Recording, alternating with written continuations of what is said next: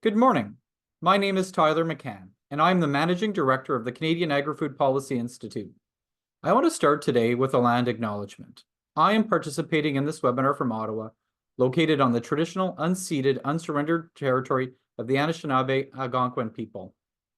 Wherever we are across the country, we recognize that we all have a responsibility to advance reconciliation, and that agriculture and food has a particular challenge and opportunity given the role that it plays on the landscape across Canada.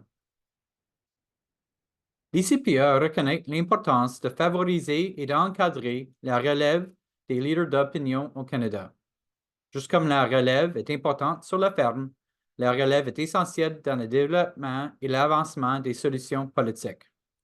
Grâce à notre programme de bourse doctorale, nous offrons à un groupe innovant d'étudiants en doctorat la possibilité d'appliquer leurs nouvelles connaissances et leur expertise à des questions politiques les plus critiques de l'agroalimentaire.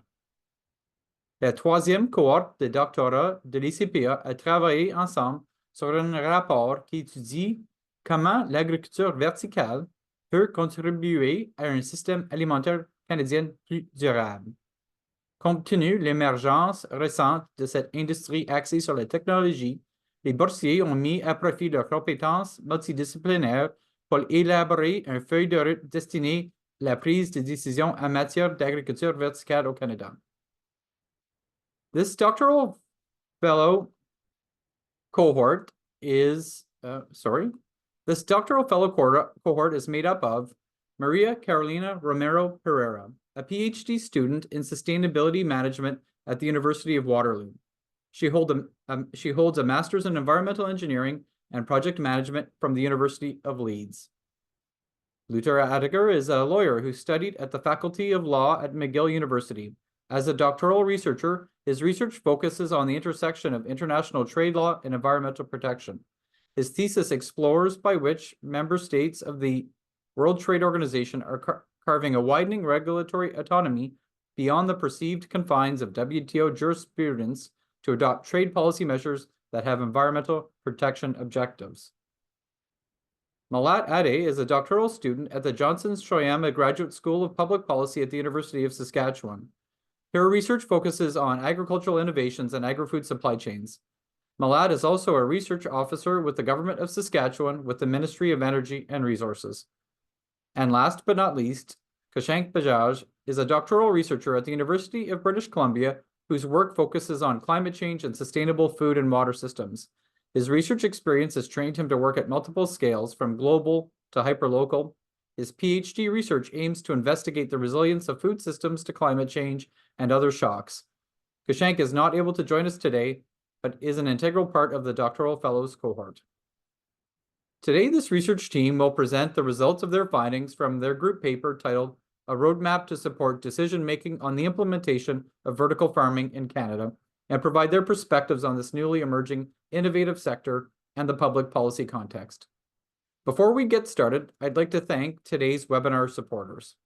This webinar is supported in part by the RBC Foundation through the RBC Tech for Nature initiative and is part of CAPI's larger environmental program, Spearheading Sustainable Solutions.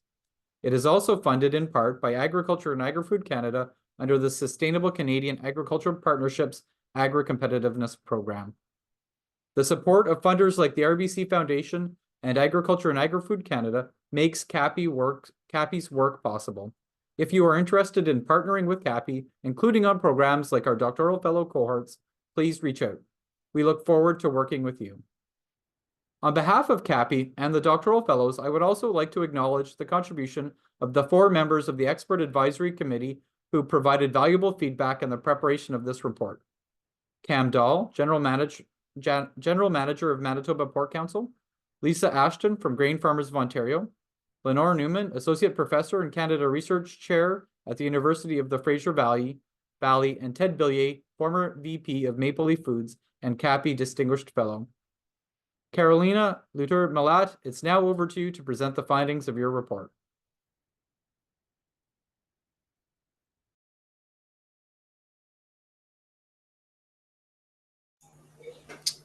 Yeah, thank you, Tyler, for the introduction. So as you Original title of our research is a roadmap for implementing controlled environment agriculture to make food systems in Canada more sustainable. And we'll start by defining vertical farming. Next slide, please. Sorry, I didn't ask if everybody can see the slides.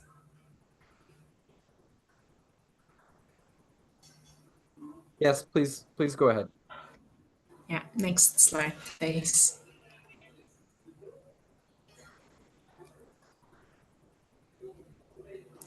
Yeah, so vertical farming is defined as farming using configuration to elevate crops in a vertical fashion.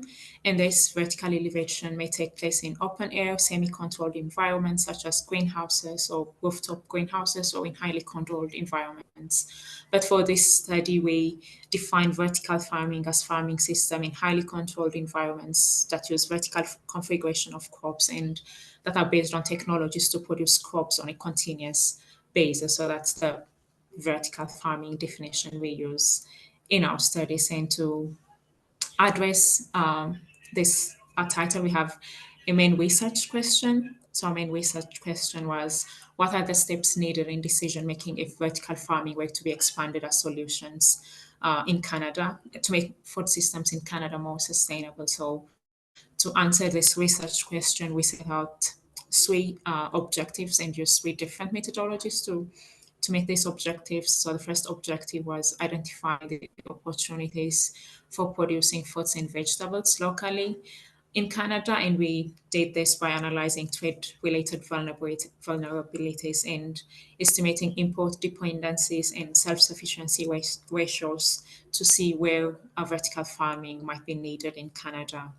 And the second objective was identifying environmental, socioeconomic, and trade policy considerations for expanding vertical farming in Canada. And we did this through literature review in the associated topics. And the last objective was to devise a roadmap to support decision making in expanding vertical farmings in Canada. And we developed this roadmap based on the first and second parts, and we incorporated the principles of adaptive governance and adaptive management.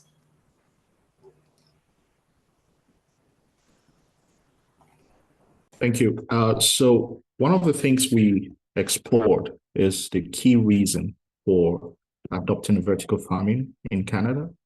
And the key reasons are the food security concerns that have resulted from supply chain disruptions. Supply chain disruptions poses risk to countries that are net food import dependent.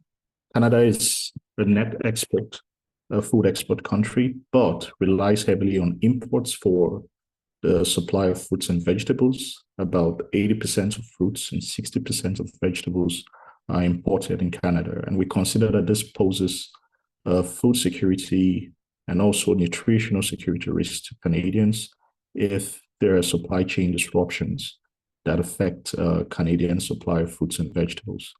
We consider that high import dependence affects Canadian fruits and vegetable supply chains in different ways. One of them is that rising costs of inputs used to produce these fruits and vegetables affect the supply or the prices of fruits and vegetables.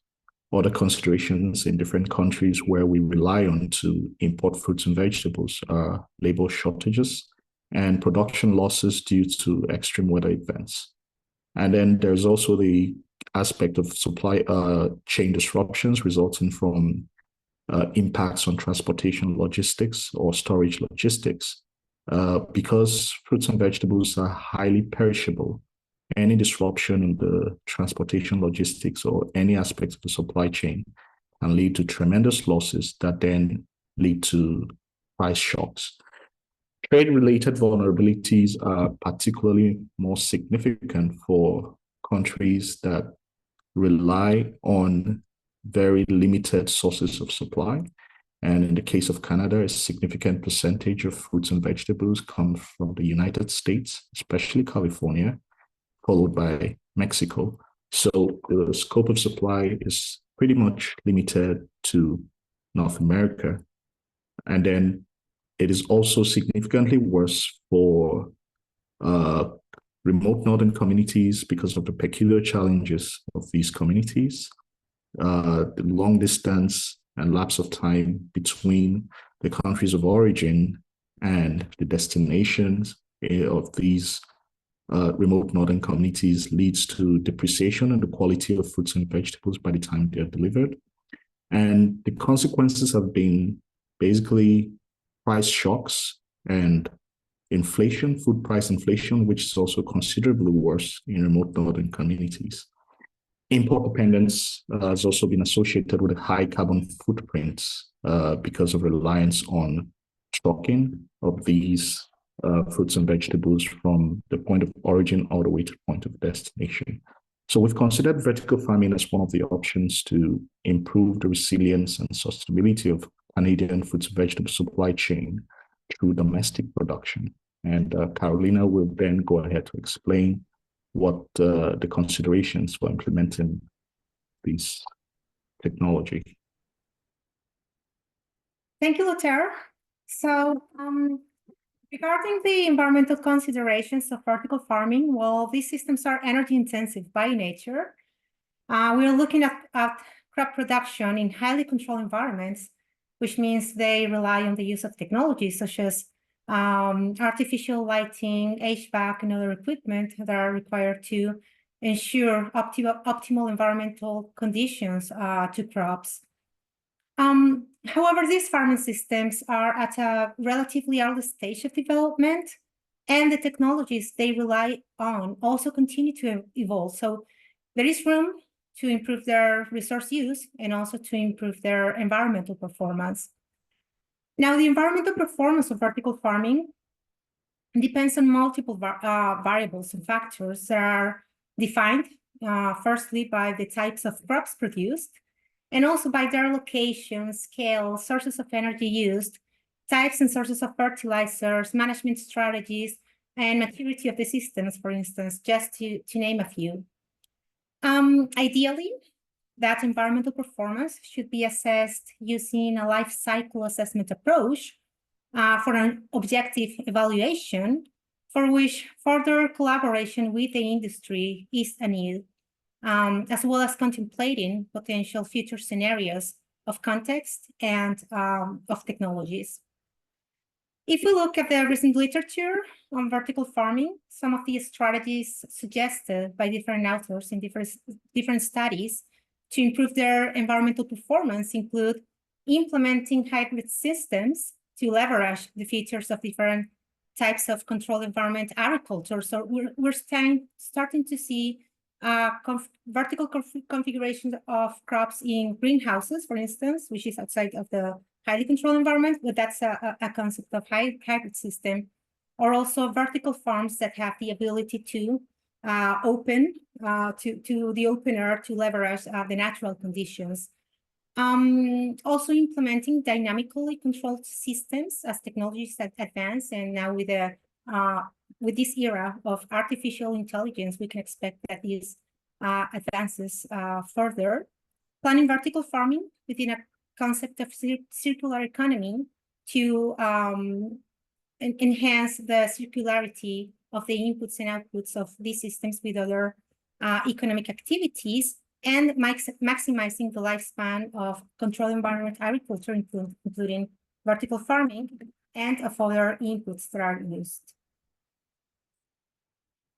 So Vlad, I pass it to you to explain our findings on the socioeconomic considerations. Thank you. Thank you, Carolina. So social aspect is useful for a comprehensive understanding of implementing vertical farmings. So having that, including the social aspect on our understanding of expanding vertical farming will help government identify areas of investment to improve public perception, foster social acceptance, or enhance affordability, and identify areas that stakeholders are facing with respect to these social issues. So in general, consumers have a positive perception about vertical farms, but there are some negative perceptions that are found in the literature that some research has identified that might raise doubts and impede widespread use. And these negative perceptions include viewing vertical farming as unnatural, or having high energy in plastic use, or having a very high startup costs, up to making it not feasible. So these are some negative perceptions that consumers have that are not real, but if it's perceived with consumers, it can impede widespread use. So to address these issues, there is a need to invest in education and exposure, because research has shown that when consumers lack knowledge and are not familiar with new food technologies, they rely on simple heuristics like natural is better, or depend on their emotional responses to evaluate food technologies, form perceptions, and make purchase decisions instead of logical evaluation. So investing in education, exposure, and clearly communicating to increase awareness and address such consumer gaps can significantly improve acceptance of vertical farm produce from vertical farms, such as, like, for example, in highlighting the benefits of vertical farms, such as reduced water use, year-round production, low pesticide use, having fresh produce, and having a low transportation cost, depending on where that farm is located, is important in portraying vertical farms as a positive for food security and community development, and also acknowledging that there are some trade-offs as disruptions to traditional farming systems and job losses might occur. So emphasizing the benefits that come along with vertical farming is important while developing and expanding vertical farms. So I'll give it over to Lothar to explain the trade-related considerations. Thank you, Belat. So all these considerations that we have explored, the environmental aspects of it, the socioeconomic considerations, actually leads us to consider the big issue of government support. We also consider that vertical farms globally face challenges. Recently, there have been bankruptcies involving some of the vertical farms that started, especially in the US, and I think even recently in Europe. We also consider the challenges vertical farms face, because these are very expensive technologies to adopt, and there might be disincentives to investments in this area if vertical farms producers continue to face competition from imports coming from low-cost producers. And all of this creates a tough business environment for the sector, especially for those investing in remote northern communities where the conditions for investments are not exactly ideal. Many of these issues relate to lack of infrastructure, challenges with attracting and retaining skilled labor in northern communities. Northern communities also rely heavily on diesel-powered electricity generation, according to the Canada Energy Regulator. And this basically means that the cost of investing in vertical farms is significantly high, even in northern communities, much higher. And this would disincentivize investments and wipe away the benefits that we see for vertical farms in terms of ensuring food security and sustainability of Canada's fruits and vegetable supply chain. So we do consider that there is a strong case for government support. Under the WTO rules, there is a tremendous amount of flexibilities that can be explored for the benefit of vertical farms. But we also recognize that the issue of government support, especially in the current fiscal environment where subsidies to attract investment is considered as being inimical to Canada's overall economic productivity, we do note that these fiscal considerations limit that policy space that is ordinarily broad under WTO rules. And so we have identified specific areas that vertical farms could benefit in terms of government support. And the key consideration to ensure competitiveness of vertical farms is through support for research and development. As an evolving technology, a lot of things are developing and at a very fast rate, and policies adopted today might fall into disuse by tomorrow. So we consider that active involvement of stakeholders in the agricultural sector and research and development to support the emerging technology of vertical farming would keep Canada at the front foot of implementing this technology, not just for food security, but there are also positive externalities in terms of keeping Canada ahead in terms of the technological evolution. We also consider support for infrastructure, especially the provision of clean energy and cost-efficient energy would help to mitigate some of the costs of vertical farms and also ensure their sustainable operation. And this is especially the case in northern communities where clean energy can substitute or take the place of diesel-fired electricity generation. There are programs already that Canada is implementing for northern communities and clean energy supports. Sustainable CAP is an example of supports that have been put in place to support the Canadian agricultural system. And what we consider is how these supports can be detailed specifically for vertical farms to ensure their efficient production and sustainability. And then there are also supports permitted under the WTO rules to compensate businesses for cost of compliance with environmental standards.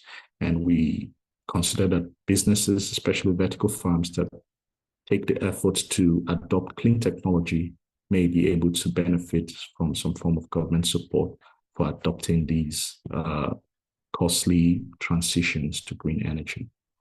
And all these falls within part of the considerations that we have put in place to develop a roadmap for decision makers involved in supporting and implementing vertical farms.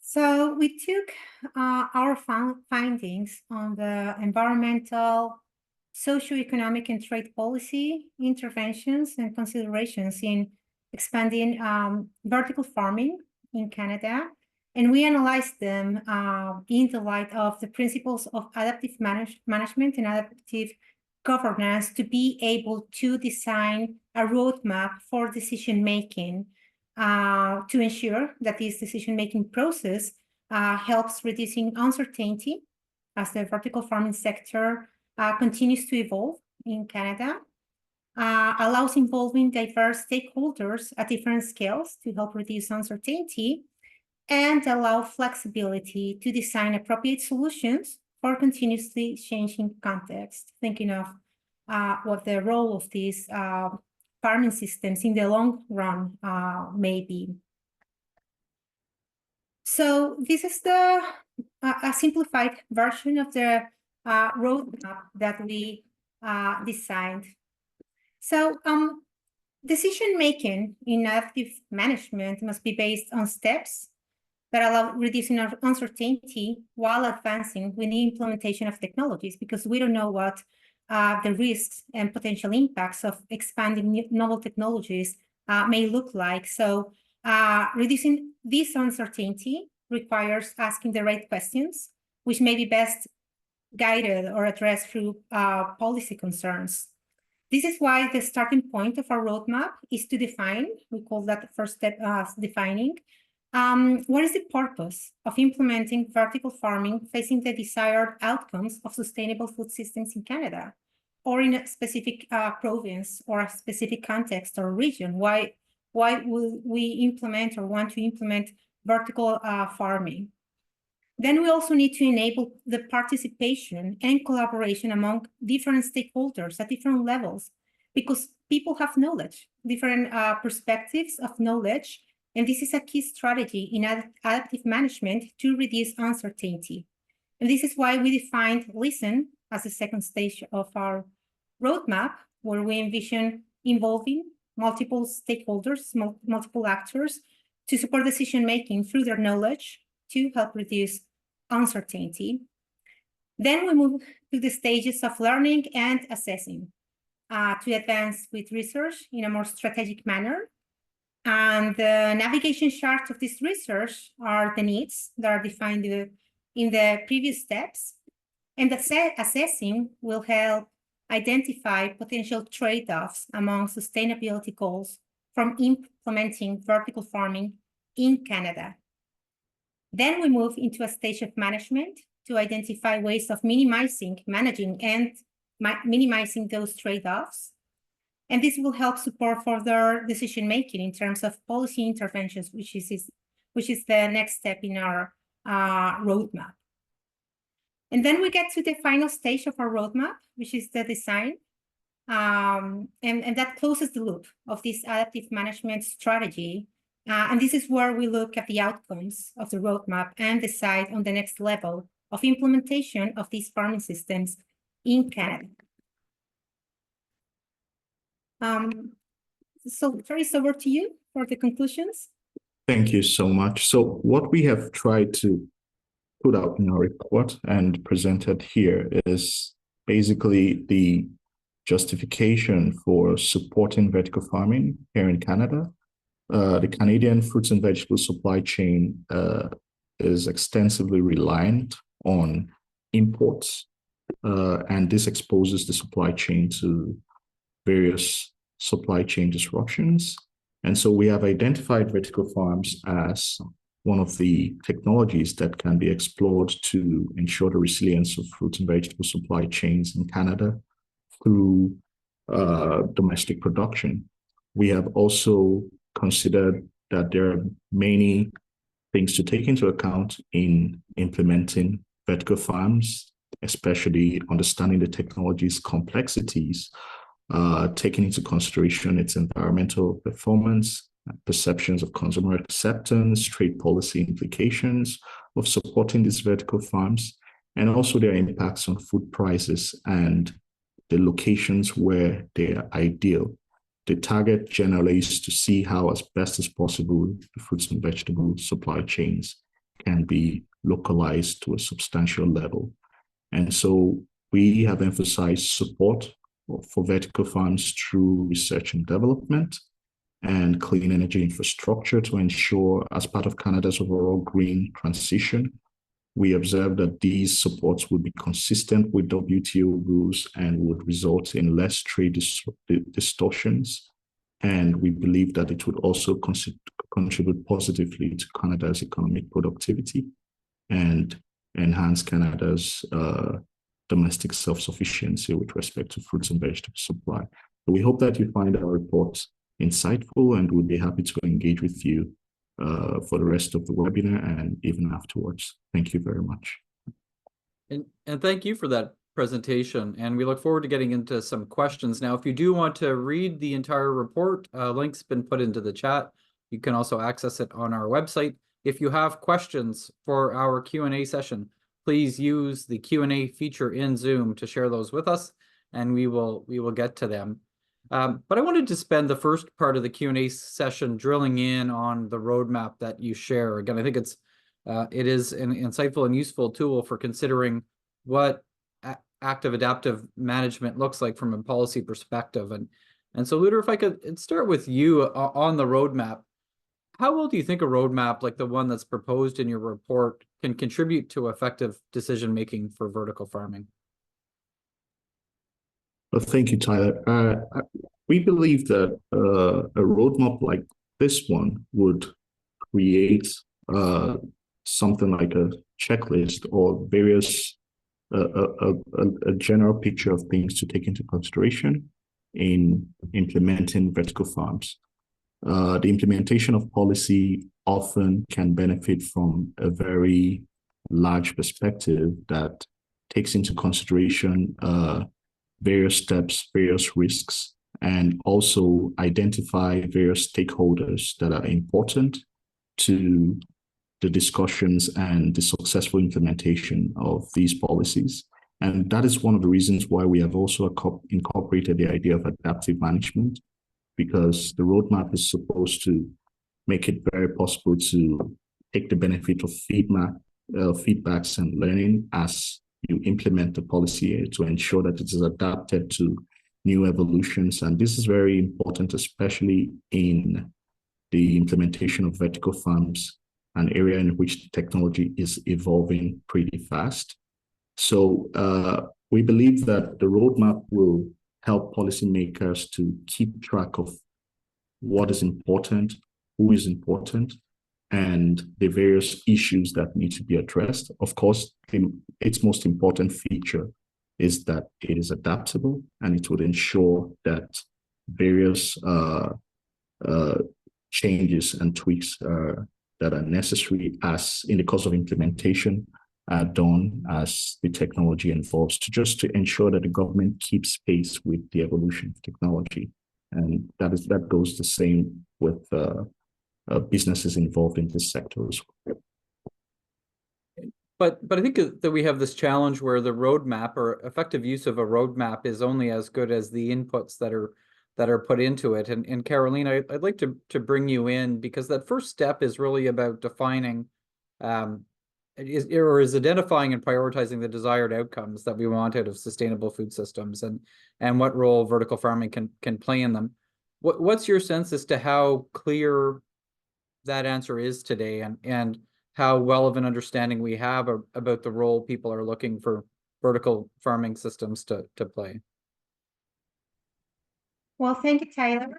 I will answer that question from what I've read from reading strategic documents in Canada, such as the Federal Sustainable Development Strategy, the Food Policy for Canada document, and the ongoing Sustainable Agriculture Strategy, among other documents. And what I would say from reading these documents is that there is emphasis on outcomes, such as enhanced resilience of food systems, reduced vulnerability, and increased adaptation to climate change. But there is also a clear emphasis on outcomes such as reduced greenhouse gases, and also on achieving a net zero economy. There is also an emphasis on food security, with a special focus on indigenous communities, on self-reliance, and on innovation of the agri-food sector. I should also mention other elements that may be worth pointing out that are contained in these strategic documents, including the desire to implement nature-based solutions, which would be a point to argue facing technologies such as vertical farming, and controlling new developments in agricultural practices to reduce the risks associated with their implementation. So my perspective is that since this is about desired outcomes of a more sustainable food system, it's a very broad and it's a very broad range of desired outcomes along the environmental and socioeconomic dimensions of sustainability. And this is why we wanted to put that first step to think of that and prioritize what are those things that we're looking at, and where we would need to understand or accept that there will be trade-offs, because these solutions, of course, won't be able to provide a solution for everything, or to positively respond to every sustainability desired outcome. So we'll come to trade-offs later, but I'm curious, you talked about that broad set of outcomes that we're looking for. How much of a challenge do you see that being in developing an effective roadmap when there isn't specificity or a great deal of clarity around what outcomes are actually being prioritized, or what we're actually looking for at the end of the day? Yeah, I think the first thing to look at is what are we trying to get?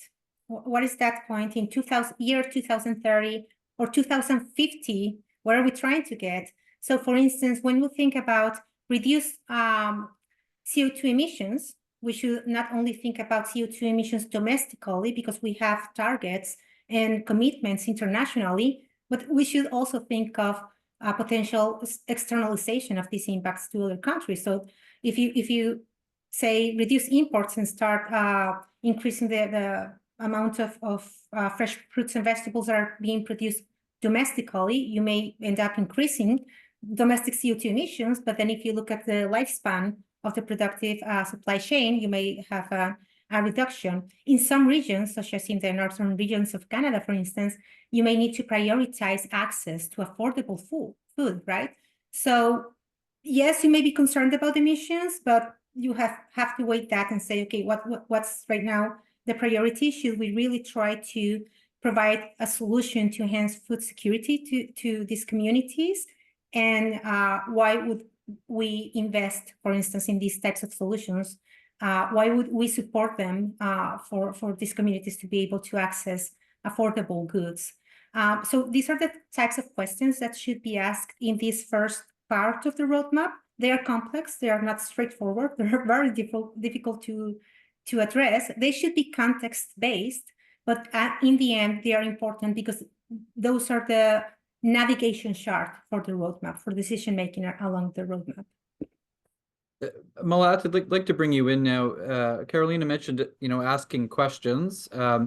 Those answers to those questions don't come just from policymakers and government, but come from a broad stakeholder community that's engaged. And so that second step on the roadmap is about listening and engagement. And I think that there's this distinction between the quantity of consultations and the quality of consultations. Can you speak to what you see as important for the effectiveness of the listening and the role that plays in a roadmap? Sure. So one way to assess the quality of consultation is how actively stakeholders participate and how willing to provide feedback, the level of engagement, especially when there has been an above consultations or engagements indicate that the fact that stakeholders are willing to participate and they have high level of engagement is indication that they believe what they are saying is being heard, and so they're willing to provide more feedback. Another way the effectiveness of consultation process can be assessed is based on their impact and influence on decision making.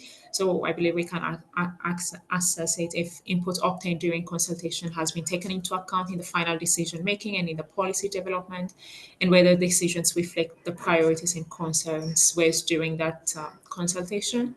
However, during policy development that involves multiple stakeholders that might have different priorities and interests, it might be a challenge to assess effectiveness on whether the consultation or feedback has been included in the decision making. For example, consumers might want more regulatory control or more government oversight, while producers might be concerned that this might create higher costs or longer timelines. So the consultation process should involve clear objectives and well-defined scope, allowing stakeholders to understand the purpose of the engagement and the specific issues or decisions that are being considered during and why the consultation is happening, and how their input will be used in decision making. And once decisions have been made or policy developed, having a follow-up conversation, communication, providing feedback to stakeholders on how their inputs have been used for decision making and informing of next steps and future opportunities for engagement, I believe will improve the quality of consultations in general.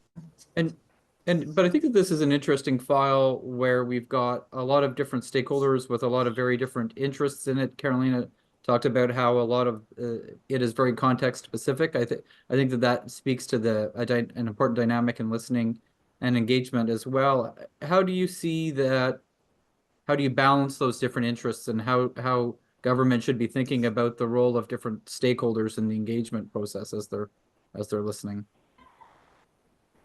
Yeah, I believe every decision we make, there's always scarcity and there's always going to be trade-offs, and I think it's hard to incorporate or listen to the feedback that one stakeholder decided. So I think having defining the desirable outcomes and seeing which feedback or incorporating which stakeholders' input should be used to meet those desires outcome. I think that's the role of government, because there's always going to be competition for different resources, for funding, or for some support. So I think it's the job of government to to maximize the good for the majority of the people, because stakeholders are promoting their own interests, which might not be for the interest for the whole country or for all the stakeholders. So I think it's an important aspect to consider when taking input from stakeholders.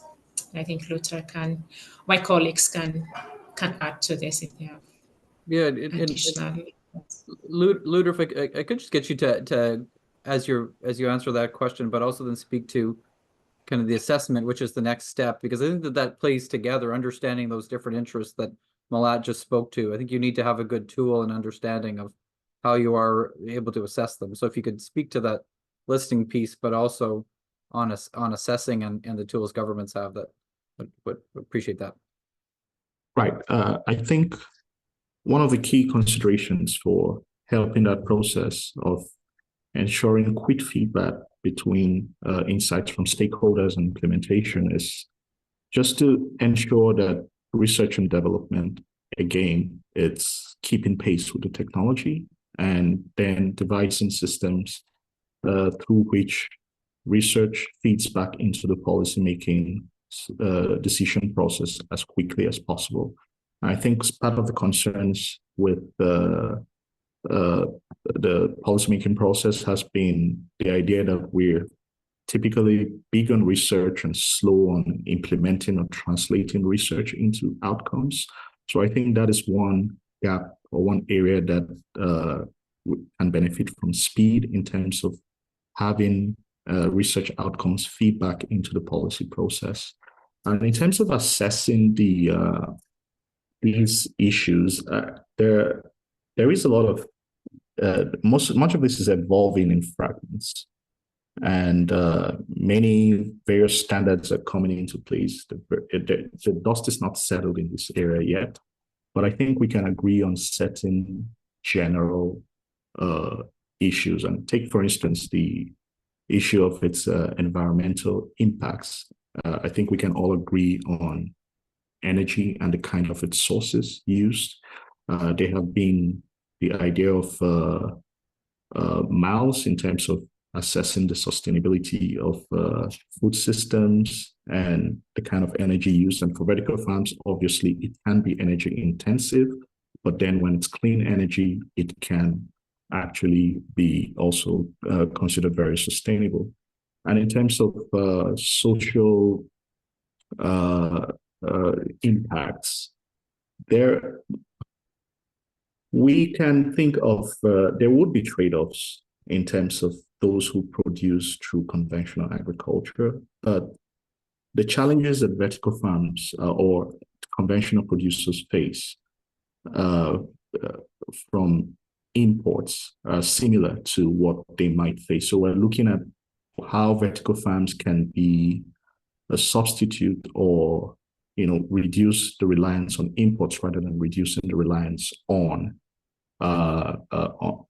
local conventional producers. So managing these trade-offs can actually be done by envisioning a form of complementarity between local conventional producers and local vertical farms.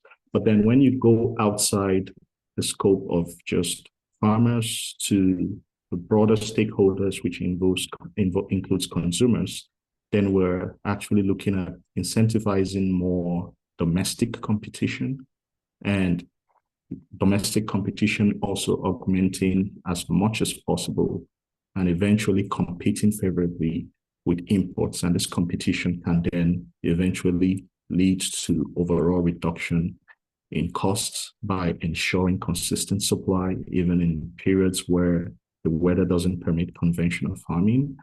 And so that complementarity and looking at the stakeholders involved to include consumers actually sees that the trade-offs are, in most cases, positive.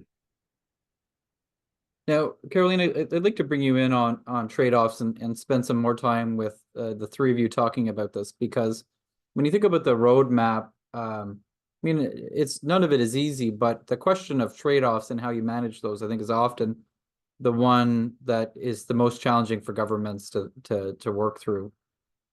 Carolina, how do you think about this context of trade-offs? Again, we've talked about resiliency, but you've also talked about the issue of cost or the issue of environmental footprint. How do you think that policymakers should be thinking about trade-offs, and how does the roadmap try and help with that? Yeah, thank you for that question, Tyler. Well, research is the key step that allows appropriately identifying those trade-offs, because these trade-offs will vary depending on each case, depending on the type of farming system, because vertical farming, as we defined it for our research, may not only take place in large-scale warehouses, but that may also be a shipping container, for instance. So those two farming systems are very different, and the potential trade-offs that they may bring to sustainability goals may depend on multiple factors. So research is key to identify those trade-offs, and also working along with other stakeholders will be key to be able to find strategies to reduce those potential trade-offs.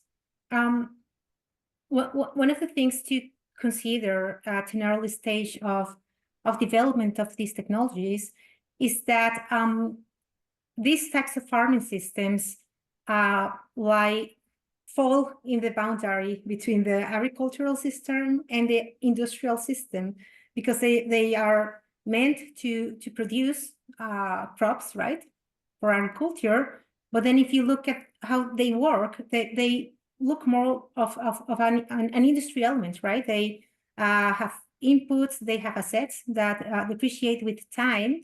They have different considerations that must be addressed.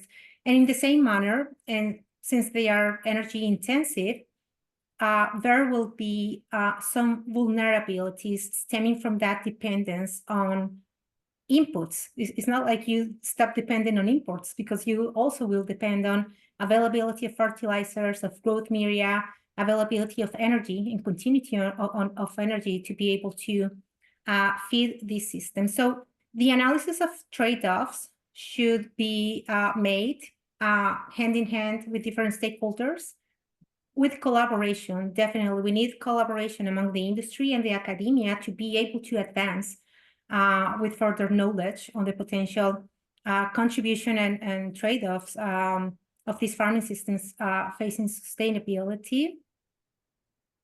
And we also need to consider that these systems may be better envisioned as a way of creating redundancy rather than replacing other sources of fruits and vegetables. What we have right now is that the types of crops that may be produced in vertical farming are relatively limited. Most studies on vertical farming are based on leafy greens and lettuce, and these crops account for 4 or 5% of the demand of fruits and vegetables in Canada. So those are things to consider. And I would say, Tyler, this is a good reason or a good way of explaining why we need that roadmap to go step by step and take decisions along the way. And Malat, I'd like to get your thoughts on trade-offs as well, and maybe less specific to vertical farming, but your sense as to how roadmaps like you describe and that adaptive management approach to policy making should think about and consider trade-offs in general. Yeah, so every production system has some advantages and challenges. So when we make decisions, when government make decisions which specific food system or method to support, I think the main questions that need to be asked is to first define what the desired outcome is, what we aim to achieve, whether in terms of food security or environmental or social sustainability, or whether it's resiliency in food systems or any other desired outcome. So once that is defined, then it will be a question of which method, which approach is going to be the most efficient with these goals. And there's going there definitely is going to be some trade-offs, but the decision of which to pick should be based on efficiency, meeting environmental and social sustainability goals, as well as effective resource allocation, affordability, reliability, resilience, and other desirable outcomes. And I don't believe a specific preference should be given to one production system to the other, particularly when a new system or technology is developed and has a potential to displace the livelihood or of previously existing systems. So care should be taken that transition should be smooth, given that the new technology is better than the old system.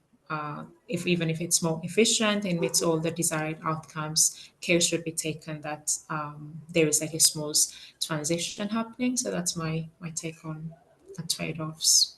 And so we're going to go to some questions that we've got from participants, and one of them does touch on this question of trade-offs. This one around land use, and so Carolina, maybe I'll go to you with this question, but the question is whether or not the research that's been done to date addressed or discussed the role of land use planning and how it plays into vertical farming, and whether or not there are any jurisdictions in Canada that are leading in terms of how they're using land use policy for vertical farming. Yes, thank you, Tyler. Yeah, definitely land use is a key aspect to consider about vertical farming, and possibly about the rationale for implementing vertical farming. And this is one of the reasons why it's so important to adopt a life cycle assessment approach, because the land use won't be limited to a certain amount of land that is being used, say, within a city, but also you need to consider the land that may be used to provide energy for these technologies, for instance. So if we need to reduce their CO2 emissions, we would want to use clean sources of energy, but then we also need to consider what are the implications in terms of land use of these inputs, such as energy and other inputs. And is that compensating what we're trying to do when we think of reducing land use? And the other thing to consider is, yes, definitely land use is a key aspect defining their convenience and their viability and their economic feasibility. In cities, of course, you will find some constraints. You may find a context that is not necessarily prepared to say, let's introduce agriculture into cities. That's something that would have to be looked at. And also farmers may be facing higher cost of land, whereas if you're looking into peri-urban and rural areas, you may find more convenient scenarios in terms of what the cost of land is for these farming systems. I hope this answers the question. Yeah, I think that answers part of it, and I'm going to switch now to another question. And so the question is whether or not changes to business risk management programs might be needed to support a more robust vertical farming sector. Again, I'm not sure if somebody wants to address that one, but Luder, I did want to go to you first, given your work on WTO and your sense as to how whether or not the WTO and our trade agreements consider the support that goes into vertical farming to be different from the support that we would offer conventional farming systems. Well, definitely not directly, but there is the thing with especially the agreement on agriculture is that there are a lot of flexibilities that can be explored because vertical farming is technology, but it is also essentially food production. So it is essentially agriculture.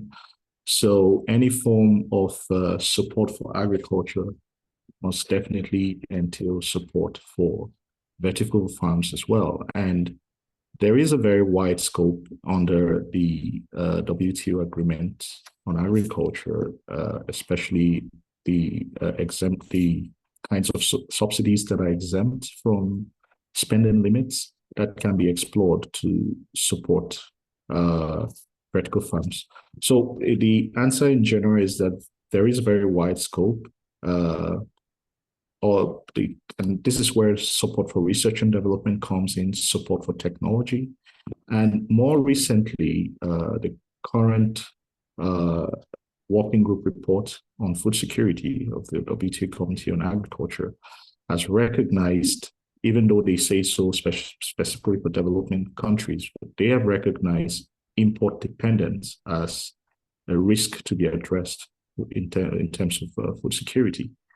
And so some of the things that have been canvassed in that discussion has been, first of all, how the rules are even understood in the current context, because the rules were mostly drafted in an era where there was more of surplus production and the competition for exports. But right now we are in an era of scarcity and limited supply.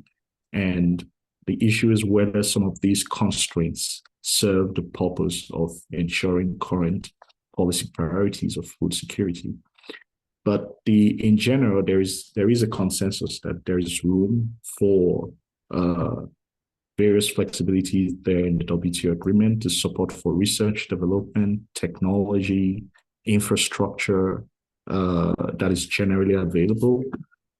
Countries, even developing countries, do admit that there is less problems with WTO rules than there are problems with their own budget constraints. So the most important thing is how the support is deployed and expended in a way that ensures the productivity of the domestic agricultural productivity and its overall contribution to the productivity of the economy, and also then ensures food security. But and I would try to tie in this issue of WTO to the question on business risk management, because again, like there are many changes and many approaches that can be made, much more than we can discuss here. But I would try to emphasize on one, and that is the perspective of what vertical farms are. And I think there are lessons that have been learned from the recent bankruptcies that, the view of vertical farms as long-term investments rather than technology businesses with immediate cash flow generation. And I think that has helped reassess the ways that investors are going into this business, with an emphasis for long-term growth as opposed to technology businesses that have immediate positive cash flow generation. So one of the adjustments that can be made from a risk management perspective is how these businesses are viewed in terms of what they are and nature of returns on investments that investors expect from it. And so you've touched on a couple of, we're starting to get some very good questions in, but unfortunately we're wrapping up our time today. What I'd like to do is just go around and get the three of you, and Malat, I'll ask you to answer this first, but to answer a question around how optimistic or likely you think it is that you'll see governments actually use a roadmap like you outlined around vertical farming today. Do you see that coming? Are you optimistic, Malat, that governments will go down that road? I am optimistic that they would use it, particularly in northern communities where there is a need to ensure food security. So different systems than is the traditional agriculture. So I believe especially once the technology gets developed and more clean energy or energy sources start being developed, and they become affordable and economically viable during development of technology, I think there would be an increased interest in vertical farming. And once that happens, I think there's the potential for such roadmaps to be used widely. Okay. Thank you. Luder, your thoughts on, are you optimistic about that these roadmaps will be used? I believe so. I think that they are to a fair extent put in place because governments have been involved in a lot of stakeholder engagements in the process of policy development. I think there is room for improvement in the policy process in general, and I believe that there are lessons to be drawn in terms of how we ensure that insights from stakeholders, insights from research properly feed back into the policy process. So I'm pretty optimistic, and I'm also optimistic about vertical farms being complementary to the overall green transition policy of government. There are another question has come up about trade-offs between conventional farming and vertical farms in terms of renewable energy policy support. One thing that we can say about that is that the support for this is not necessarily exclusive to vertical farms. There is a way that policies can be structured to be as inclusive in terms of shared infrastructure. And there is a way that both of them can complement each other. But vertical farming supports are peculiar because Canada doesn't really have the option. Canada's option to engage in conventional agriculture is limited, especially bearing in mind the seasons. And vertical farms insulate the Canadian supply chain from import dependence, especially where production is season dependent. Yeah, thank you. And Carolina, quickly to you, your thoughts on how optimistic you are that these will be used? Thank you, Tyler. Well, when I think of that question, what I wonder is where that force will begin. Will that be a top-down force or a bottom-up initiative? Because these farming systems are expanding. They are expanding. And there will be a point, or maybe a point, where the government is going to have to ask these types of questions. Are we going to support these systems for their expansion? And why would we do that?